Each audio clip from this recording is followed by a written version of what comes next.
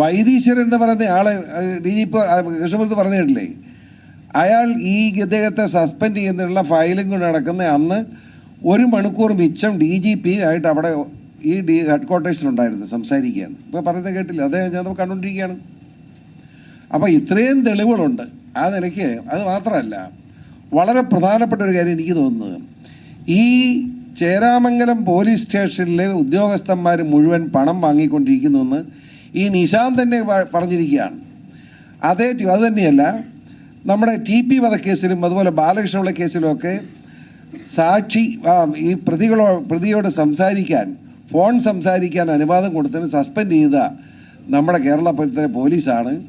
ഇതുപോലെ ഒരു കൊള്ളക്കാരൻ അവനെ ബർമുഡ വിട്ടുകൊണ്ട് അവൻ്റെ കൂട്ടത്തിൽ യാത്ര ചെയ്യാണ് സർക്കിൾ ഇൻസ്പെക്ടർ ചേരാമംഗലം പോരെ. അയാളുടെ ഫോൺ വിളിച്ച് അത് വലിയ ആനക്കാരികളെന്ന് DGP പറയുകയാണ്. അതെന്താ DGP അങ്ങനെ പറയുന്നത്? അതുപോലെ തന്നെ മരിക്കുന്നത് അപകടം ഉണ്ടായി ഈ ഭീകരമായ മർദ്ദനമേറ്റ് 18-ാം ദിവസമാണ്. ആ 18-ാം ദിവസം മരിച്ചിട്ട് അവൻ്റെ മരണമൊഴി എടുത്തിട്ടില്ല. എന്താ കാരണം എന്ന് പറയണ്ടേ? അതിലും വലുത്, ഇവിടെ ഈ മരിക്കാറായി കിടക്കുന്ന പാവപ്പെട്ട ചന്ദ്രബോസിൻ്റെ ശരീരത്തിൽ കിടന്ന ഷർട്ടുണ്ട്, ആ യൂണിഫോമാണ്. ആ ഷർട്ടയിൽ വളരെ പ്രധാനപ്പെട്ട കാര്യമാണ്, വണ്ടിയുടെ ടയറിൻ്റെ പാടുണ്ട്, യവൻ ചവിട്ടിയ ഷൂവിൻ്റെ പാടുണ്ട്, രക്തക്കറയുണ്ട്. അത് ഇതുവരെ എവിടെയാണെന്ന് അറിയില്ല. ഒന്നാലോചിച്ച് എന്തൊരു ഭീകരത ഇത് ഇത്രയും സെൻസേഷണൽ ആയതുകൊണ്ട് കോടതിക്കൊക്കെ, കോടതി പത്രമൊക്കെ വായിക്കുന്നവരായതുകൊണ്ട് സത്യം മനസ്സിലാക്കണം. പക്ഷേ കോടതി വരുമ്പം എങ്ങനെ രക്ഷപ്പെടും? പ്രധാന തൊണ്ടി മുതലാണ്, വേറെ സാക്ഷി പോലും വേണ്ട, ആ യൂണിഫോം മാത്രം മതി. പിച്ചി ചീന്തി ആ ഈടെ ഷൂവിൻ്റെ പാടും, ആ രണ്ടാമത് എടുത്തിട്ടുണ്ട് വണ്ടി ഇടിച്ചല്ലോ, ആ വണ്ടിയുടെ പാടും ഉണ്ട് ആ ഷർട്ടയിൽ. അത് മാത്രം പോരെ സാക്ഷി, വേറെ സാക്ഷി എന്തിന്? ജീവിക്കുന്ന സാക്ഷിയല്ലേ, അതുപോലും എടുത്തിട്ടില്ല. എന്നിട്ടും കേസന്വേഷണം നടക്കുകയാണെന്നാണ് പറഞ്ഞത്. ഇത് DGPയെ പറ്റി പറയുമ്പോൾ, DGPയെ പറ്റി ഇവിടെ ആർക്കൊക്കെ ബഹുമാനം ഉണ്ടെങ്കിൽ എനിക്ക് വിരോധമില്ല, ബഹുമാനിക്കണം, മാന്യന്മാരല്ലേ ബഹുമാനിക്കുക. പക്ഷേ എനിക്കൊരു കാര്യം പറയാനുണ്ട്, ഈ DGP അത്ര പാവമാണെന്നൊന്നും ഞാൻ കരുതുന്നില്ല. എന്നോട് ക്ഷമിക്കുക. കാരണം ഇത് പറയാതിരിക്കാൻ മേലാത്തോളം, ഇത്രയും ഉള്ളിലേക്ക് കിടക്കണമെന്ന് എനിക്കൊരു ചിന്തയില്ലായിരുന്നു. ഒരു ശ്യാം സുന്ദർ ഉണ്ട്. ഈ ശ്യാം സുന്ദർ എന്ന് പറയുന്നത് നമ്മുടെ വേദാന്ത ലണ്ടൻ ബേസ്ഡ് കമ്പനിയാണ്. അതിൻ്റെ മൾട്ടിനാഷണൽ കമ്പനിയാണ്. അതിൻ്റെ ഡയറക്ടർ കോർപ്പറേറ്റ് ബിസിനസ് ആണ്. കോർപ്പറേറ്റ് ബിസിനസിൻ്റെ ഡയറക്ടറാണ് ശ്യാം സുന്ദർ. ഈ ശ്യാം സുന്ദർ MD ആയിട്ടുള്ള നെയ്വേലി ലിഗ്നൈറ്റ് കോർപ്പറേഷൻ തമിഴ്നാട്, അവിടുത്തെ ചീഫ് വിജിലൻസ് ഓഫീസറായിരുന്നു നമ്മുടെ സ്വാമി. ഇതല്ല, നമ്മുടെ DGP സ്വാമി അവിടുത്തെ ചീഫ് വിജിലൻസ് ഓഫീസറായിരുന്നു. 20 കോടി രൂപയുടെ സ്ക്രാപ്പ് 120 കോടി രൂപയ്ക്ക് ലേലം ചെയ്യാൻ അതിൻ്റെ ചെയർമാനായിരുന്ന AM അൻസാരി, അതിൻ്റെ കോർപ്പറേഷൻ ചെയർമാൻ AM അൻസാരിയാണ്. അയാൾ ഉത്തരവിട്ടു. അവിടുത്തെ യൂണിയനെല്ലാം ഇടപെട്ടു. ഇത് CBI കോടതിയിലെത്തി. CBI കോടതി അന്വേഷണം നടത്തി വിധി പറഞ്ഞു. ആ വിധിയിൽ വളരെ വ്യക്തമായി പറഞ്ഞു, ഇത് സ്റ്റേ ചെയ്തു. ഈ കച്ചവടം CBI കോടതി സ്റ്റേ ചെയ്തു, കച്ചവടം നടന്നില്ല എന്ന് മാത്രം അതിനകത്ത് പ്രത്യേക കമൻറ്റ് വന്നു. അതായത് ചീഫ് വിജിലൻസ് ഓഫീസർ ഈ കാര്യം റിപ്പോർട്ട് ചെയ്യാതിരുന്നത് മനഃപൂർവ്വമാണെന്ന് കൂടി ചോദിച്ചു. കാരണം ഈ കള്ളക്കമ്പനിയിലുണ്ടായിരുന്ന ഇദ്ദേഹം ചീഫ് വിജിലൻസ് ഓഫീസറാണ്. ഇത് 2011 ഇത് ബാക്കി ചരിത്രമുണ്ട്. വലിയ ചൂടായി വന്നാൽ ബാക്കി കൂടെ പറയുന്നതായിരിക്കും പിന്നാലെ. ഈ അടുത്ത കാലത്ത് നമ്മുടെ CBI ഡയറക്ടർ പോസ്റ്റിന് വേണ്ടി BJPയുടെ ഉന്നതരായ നേതാക്കന്മാരെ ഒക്കെ പോയി ഇദ്ദേഹം കണ്ടിരുന്നു CBI ഡയറക്ടറാകാൻ. ഒരു പരിധിവരെ അത് ആലോചിച്ചു. 3 പോസ്റ്റ് വന്നു സെൻട്രൽ ഡിപ്പാർട്ട്മെൻറ്റ് ഹോമിൽ. ആ 3 പോസ്റ്റിന് വേണ്ടി ഇദ്ദേഹം ആത്മാർത്ഥമായി ശ്രമിച്ചു. അതിൽ CBI ഡയറക്ടർ പോസ്റ്റിൽ വന്നു. അപ്പോഴാണ് ഈ കേസിൻ്റെ വിധി അവിടെ കൊടുത്തത്, സെൻട്രൽ ഗവൺമെൻറ് കൊടുത്ത് അതിനെ തട്ടിപ്പോയി. അതുകൊണ്ടാണ് ഇവിടെ ഇരിക്കുന്നത്. എനിക്കറിയാം, തട്ടിപ്പോയത് അങ്ങനെ. ഇതിവിടെ വലിയ മാന്യനാണ്, ഈ സത്യസന്ധനാണെന്ന് പ്രസംഗിക്കുക, പക്ഷേ കയ്യിലിരിപ്പ് ഇതാ. അതായത് ഇവിടുത്തെ പോലീസ് ഡിപ്പാർട്ട്മെൻറ്റിൽ ഇത്രയും പാപം ഉണ്ടെന്നൊക്കെ. അതാണ് ഏറ്റവും എളിമ കാണിക്കുന്നതിന് ഏറ്റവും ശ്രദ്ധിച്ചോണം. അവനാണ് ഏറ്റവും കള്ളൻ. മനസ്സിലായോ? എല്ലാവരെയും സ്തുതിക്കുക ഇങ്ങനെ, അയ്യോ അവൻ ഭയങ്കര കള്ളനായിരിക്കും, സൂക്ഷിച്ചോണം. കാരണം ആർക്കും വഴക്കമില്ലല്ലോ. ഇത് നിഷേധിക്കാവും, ഇതാ വെച്ചിരിക്കുന്നു. മനസ്സിലായില്ലേ? അതുകൊണ്ട് എൻ്റെ മുമ്പിലുള്ള പ്രശ്നം, ഞാൻ ബഹുമാനപ്പെട്ട മുഖ്യമന്ത്രിക്കും ബഹുമാനപ്പെട്ട ആഭ്യന്തരമന്ത്രിക്കും ഇത് മുഴുവൻ കേൾപ്പിച്ചും വളരെ ശക്തമായി നടപടി ആവശ്യപ്പെട്ടിട്ടുണ്ട്. DGP തെറ്റുകാരനാണോ ഇല്ലയോ ബഹുമാനപ്പെട്ട ആഭ്യന്തരമന്ത്രിക്കും മുഖ്യമന്ത്രിക്കും തീരുമാനിക്കാം, എനിക്കൊരു വിരോധവും ഇല്ല. പക്ഷേ ഞാനിത് പൊതുജന സമക്ഷം സമർപ്പിച്ചിരിക്കുന്നു, പൊതുജനം തീരുമാനിക്കട്ടെ എന്ന് വേണം. എനിക്ക് അഭിപ്രായമില്ല. എനിക്ക് DGP അല്ല പ്രശ്നം, എൻ്റെ മുമ്പിലുള്ള DGP അല്ല, എൻ്റെ മുമ്പിലുള്ള നിസാം എന്ന് പറയുന്ന ഈ കൊള്ളക്കാരൻ റാസ്കലാണ്. അവന് കിട്ടാവുന്ന ഏറ്റവും വലിയ മാക്സിമം ശിക്ഷ മേടിച്ചു കൊടുക്കണം. അതാണ് എൻ്റെ പ്രശ്നം. എനിക്ക് വേറെ പ്രശ്നമൊന്നുമില്ല. അല്ലാതെ ഇപ്പോൾ DGP ഇന്ത്യൻ പ്രസിഡന്റ് ആക്കിയാൽ എനിക്ക് വിരോധമില്ല. ഇവിടെ അന്വേഷണം നടക്കുന്നത് ചേരാമംഗലം പോലീസ് സർക്കിൾ ഉൾപ്പെടെയുള്ളവരെ സസ്പെൻഡ് ചെയ്യണമെന്ന അഭിപ്രായക്കാരനാണ്. അവനൊക്കെ വെച്ചുകൊണ്ടിരിക്കുന്നത് ശരിയാണ്. ഒരു കേസ് അന്വേഷണത്തിൽ ബർമുഡ ഇട്ടുണ്ടല്ലേ പ്രതിയുടെ കൂടത്തിൽ സഞ്ചരിക്കുന്നത്. ഇവൻ്റെ ജീവിതത്തിൽ ആദ്യമായി ഇവനെ വിലങ്ങി വെച്ചത് ഈ കേസിൽ നമ്മുടെ CI, നമ്മുടെ DYSP CI, നമ്മുടെ ഗുരുവായൂർ, നമ്മുടെ കമ്മീഷൻ കൂടി ജോബ് അവിടെ ചെന്നപ്പോൾ ഇവൻ ചിരിച്ചു കളിച്ച് ജീപ്പയിലിരിക്കുക. അവനെ വലിച്ചു അടിച്ചു. എവിടെടാ വിലങ്ങെന്ന് ചോദിച്ചു. വിലങ്ങില്ല. ചോദിച്ചപ്പോൾ ഒരു പോലീസുകാരൻ്റെ വിലങ്ങില്ല. സ്റ്റേഷനിൽ പോയി വിലങ്ങെടുത്തോണ്ടിരാൻ പറഞ്ഞു. അപ്പോഴത്തേക്ക് ഒരു പോലീസുകാരൻ എൻ്റെ കയ്യിലുണ്ടെന്ന് പോക്കറ്റിന് എടുത്ത് വിലങ്ങ് കൊടുത്തു. അങ്ങനെ ആദ്യമായിട്ട് ഇവനെ വില വെച്ച് 12 ക്രിമിനൽ കേസ് പ്രതിയാണ്. ഒരു വനിതാ പോലീസ് ഓഫീസറെ വണ്ടിക്കകത്തിട്ട് പൂട്ടിയിട്ടിട്ട് 3 മണിക്കൂറോളം ഹരാസ് ചെയ്തിട്ട് അതിന് ഒരു കേസില്ലാത്ത നാണം കെട്ട പോലീസ്. ഇവരുടെ വർഗത്തിൽപ്പെട്ട ഒരു പോലീസുകാരത്തിയല്ലേ ഉപദ്രവിച്ചത്. അതിന് പോലും കേസെടുക്കാൻ അവനെ വിലങ്ങ് വെച്ച് അറസ്റ്റ് ചെയ്യാൻ കഴിഞ്ഞില്ല. പിന്നെ എന്തൊരു പോലീസാണ് കേരളത്തിൽ? ബഹുമാനപ്പെട്ട ആഭ്യന്തരമന്ത്രിക്ക് ഇതൊക്കെ അറിയാം. ഞാൻ വളരെ വ്യക്തമായി പറഞ്ഞിട്ടുണ്ട്. നടപടി സ്വീകരിക്കണോ വേണ്ടയോ തീരുമാനം ഞാൻ എൻ്റെ മുമ്പിൽ, ഞാൻ മാധ്യമ സുഹൃത്തുക്കളുടെ മുമ്പിൽ ഇത് സമർപ്പിക്കുന്നു. നിങ്ങളിലൂടെ കേരളീയ ജനസമക്ഷം ഞാനിത് സമർപ്പിക്കുന്നു. എൻ്റെ ജോലി ഞാൻ തീർന്നു. എൻ്റെ ജോലി ഒന്ന് മാത്രമായി, ഇനി ഇവനെ ശിക്ഷിക്കപ്പെടണം. അത് മാത്രമേ എൻ്റെ മുമ്പിലുള്ളൂ. അതിനുവേണ്ടിയുള്ള ശ്രമം ഞാൻ നടത്തും. ഒരു വിട്ടുവീഴ്ച ഉണ്ടാകില്ല. ഒരു കാര്യം ഞാൻ പറയാം, സൂര്യപ്രകാശത്തെ കുറച്ചു നേരമൊക്കെ കാർമേഘത്തിന് തടഞ്ഞു നിർത്താൻ കഴിയും. പക്ഷേ കാർമേഘം മാറും, സൂര്യപ്രകാശം കാണേണ്ടി വരും. അതെനിക്ക് ദൈവനിശ്ചയമാണ്. ഞാൻ 100% വിശ്വസിക്കുന്നു. അത് മാത്രമേ എനിക്ക് പറയാനുള്ളൂ. എന്താ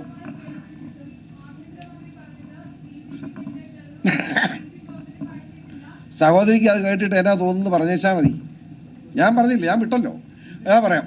ആ CD-ക്കകത്ത് ആദ്യമേ വേറൊരു ചർച്ച ശേഷമാണ് ഇപ്പം ഞങ്ങളെ കേൾപ്പിച്ചത്. അതായത് ഈ കമ്മീഷണർ അവിടെ നിന്ന് സ്ഥലം മാറി പോന്നു കഴിഞ്ഞപ്പോൾ അവിടെ ഉണ്ടായിരുന്ന പോലീസ് ഓഫീസർ അവിടെ കയറി ചെന്നു. നമ്മുടെ നിസാമിൻ്റെ ഇളയപ്പ എന്ന് പറഞ്ഞ കക്ഷിയുണ്ട്, അവനെ കാശി കൊണ്ട് നടക്കുന്നത്. ഈ ഇളയപ്പ ഇവിടെ കമ്മീഷനെ കാണാൻ കയറി ചെന്ന് ചരിത്രമാണ് അവിടെ ചോദിക്കുന്നത്. അപ്പോൾ പോലീസുകാർ അവിടെ നിൽക്കുകയാണ്. കമ്മീഷണർ നമ്മുടെ DGP പറഞ്ഞെന്നും പറഞ്ഞാൽ ADGP പറഞ്ഞെന്നും പറഞ്ഞാൽ അവിടെ കമ്മീഷനെ കാണാൻ കയറുന്നത്. അയാളെ ഇറക്കി ഓടിച്ചു. അതൊക്കെ അതിനകത്ത് പറയുന്നത് ആദ്യം കിട്ടും, അത് വെച്ചാൽ അത് കിട്ടും.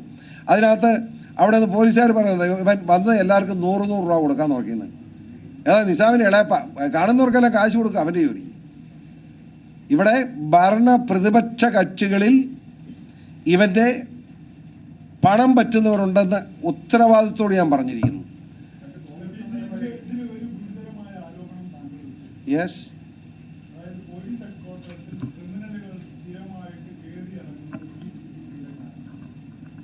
ശരിയല്ലേ?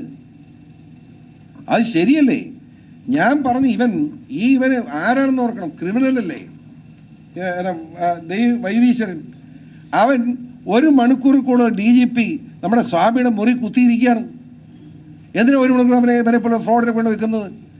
അത് തന്നെ ഞാൻ ചോദിക്കട്ടെ, ഒരു സാമാന്യ മര്യാദയുണ്ടെങ്കിൽ DGP പോയി താമസിക്കാൻ എവിടെ? തൃശ്ശൂർ അവിടെ രാമനിലയില്ലേ? എന്തിനാണ് ഈ സ്വർണ്ണ കച്ചവടക്കാരൻ്റെ 10 കൊല്ലമല്ലേ ആയുള്ളൂ ഈ സമ്പന്നനായിട്ട്? ഞാൻ ചോദിക്കുന്നേ, 10 കൊല്ലമല്ലേ ആയുള്ളൂ? നിങ്ങൾക്ക് ബുദ്ധിമുട്ടുണ്ട്, അതുകൊണ്ട് ഞാൻ പേര് പറയാത്തത്. കാരണം അവരുടെ പേര് പറയാൻ നിങ്ങൾക്ക് വിഷമമുണ്ടാവും. നിങ്ങൾക്ക് എല്ലാം പരസ്യം കിട്ടുന്നത്, അതുപോലെ കോടികൾ തരുന്ന അവരെ നിങ്ങളെ ഞാൻ ഉദ്ധരിക്കാൻ ഉദ്ദേശിക്കുക. എവിടെ പേര് പറയാത്തത്? പറയാമല്ലോ. അതേ നീ അത് നിങ്ങൾ കേരളത്തിലെ ജനം തീരുമാനിക്കട്ടെ. ഞാൻ അത്ര പറയുന്നു. ഞാൻ കണ്ടില്ല, കാണാത്ത കാര്യം ഞാൻ പറയല. അത് മുഖ്യ ആഭ്യന്തരമന്ത്രിയോട് ചോദിക്കുക, എനിക്കറിയില്ല. അങ്ങനെ അയാളെ സസ്പെൻഡ് ചെയ്യുന്നതെന്ന് ഞാൻ അറിയുന്നതിന് എനിക്ക് അയാളെ സസ്പെൻഡ് ചെയ്ത് അറിയണ്ട, അത് ആഭ്യന്തരമന്ത്രി പറയണ്ട, അദ്ദേഹത്തോട് ചോദിക്കുക. ഇപ്പം ഇത് കേട്ടതനുസരിച്ചാണെങ്കിൽ വലിയ ഒരു IPS കാരനെ സസ്പെൻഡ് ചെയ്യാൻ മാത്രം തെറ്റയാൾ ചെയ്തിട്ടില്ലെന്ന് നമ്മുടെ DGP ആയ പെൻഷൻ പറ്റിയ കൃഷ്ണമൂർത്തി പറയുന്നത് ഞാൻ കേട്ടിപ്പോൾ ഇതിനകത്ത്. അത്രേ എനിക്കറിയത്തുള്ളൂ. കല്യാൺ, എന്താ സംശയം? കല്യാൺ 10 കൊല്ലം മുമ്പ് ഒരു ചെറിയ മുറിയിൽ തൃശ്ശൂർ സ്വർണ്ണം ഉറച്ചുകൊണ്ടിരുന്ന കക്ഷിയാണ്. ഇപ്പോൾ മില്യണറല്ല, ബില്യണറായി മാറി. ഇതെവിടുന്നാ? അയാളുടെ കമ്പനിയാണ് നമ്മുടെ DGP സ്വാമി. മതിയോ? ഇതെവിടുന്നാ ഇതൊക്കെ അറിയണ്ടേ? അവിടെ അയാളുടെ ഗസ്റ്റ് ഹൗസിൽ പോയി താമസിക്കുക 3 ദിവസം. അതിൻ്റെ ആവശ്യം തന്നെ? ഇതുപോലൊരു കൊലപാതകം നടന്ന് വലിയ ചർച്ച നടക്കുന്ന സമയത്ത് അവിടെ പോയി താമസിക്കേണ്ട കാര്യം എന്താ?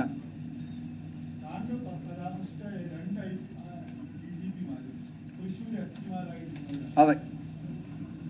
പക്ഷെ ഇതിനകത്ത് കൃഷ്ണമൂർത്തി പറയുന്നുണ്ട്, ഇതുപോലുള്ള കള്ളന്മാരെ ഒന്നും ഞാൻ അറിയാല, എൻ്റെ ഓഫീസ് ഞാൻ കേട്ടുകയലായിരുന്നു. ഇതിനകത്ത് പറയുന്നുണ്ട്. ഈ വീഡിയോ കേട്ടില്ലേ? വീഡിയോ പറയുന്നുണ്ട്, ഇതിനകത്തുണ്ട്.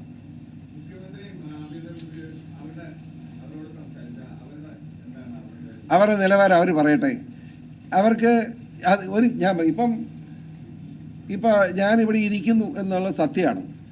അപ്പോൾ നിങ്ങളൊരാൾ പറയുക ഞാൻ ചിരിച്ചോണ്ടായിരിക്കുന്നതെന്ന്, വേറൊരാൾ കരഞ്ഞോണ്ടായിരിക്കുന്നതെന്ന് പറഞ്ഞ് എനിക്ക് എന്ത് ചെയ്യാൻ പറ്റും? ഞാനിവിടെ ഇരിപ്പുണ്ടെന്നുള്ള സത്യം ഒന്ന് അംഗീകരിച്ച് വെച്ചാൽ മതി, അത്രേ ഉള്ളൂ. ഞാൻ പറഞ്ഞല്ലോ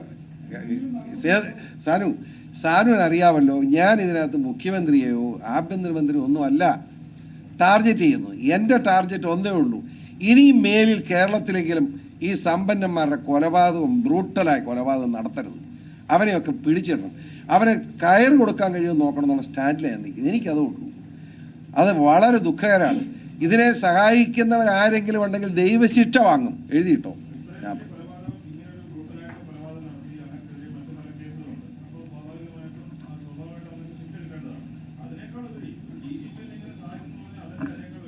വലിയ തെറ്റാണ്, എൻ്റെ കാഴ്ചപ്പാടിൽ വലിയ തെറ്റാണ്. ഞാൻ ചോദിക്കട്ടെ, കാപ്പ ചുമത്തു എന്ന് പറഞ്ഞിട്ട് എന്നെ ചുമത്താഞ്ഞ് മനസ്സിലാണ്? 307 ആകെ സെക്ഷൻ ഇട്ടിട്ടാണ്. 307 മരിച്ചിട്ടില്ല, 307 മാക്സിമം ഇട്ടു. അത് ഗുരുവായൂർ CI വന്ന് ഇട്ടതാണ്. ആ 307 ഉള്ളത് കൊണ്ടാണല്ലോ ഇവനെ അറസ്റ്റ് ചെയ്തിട്ട് ജാമ്യം കിട്ടാൻ മതി. ജുഡീഷ്യൽ കസ്റ്റഡിയിൽ ആദ്യം വരികയാണ് ഇവൻ.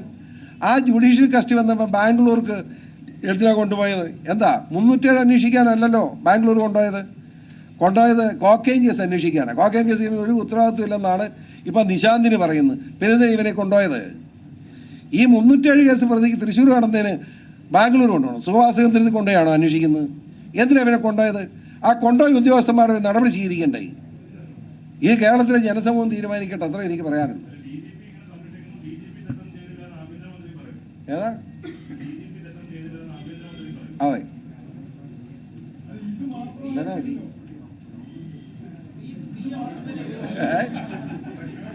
എനിക്കൊരു പ്രൊട്ടക്ഷൻ വേണം, ഞാൻ തന്നെയൊക്കെ പൊക്കോളാം. എനിക്കങ്ങനെ പ്രൊട്ടക്ഷൻ ഒന്നും ഒരുത്തരം വേണ്ട.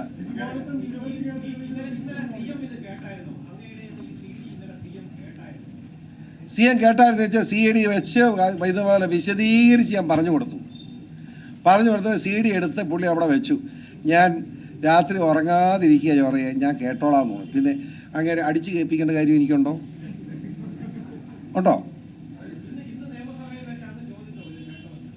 ഞാൻ ഇതെല്ലാം നമ്മൾ അത്രയും ഡീറ്റെയിൽസ് പഠിക്കും. അതല്ലല്ലോ പ്രശ്നം. നമ്മുടെ മുമ്പിലുള്ള പ്രശ്നം നിങ്ങൾ ഒരു മനുഷ്യൻ മലയാളി എന്ന നിലയൊന്ന് ചിന്തിച്ച് ചോദിച്ചോളൂ.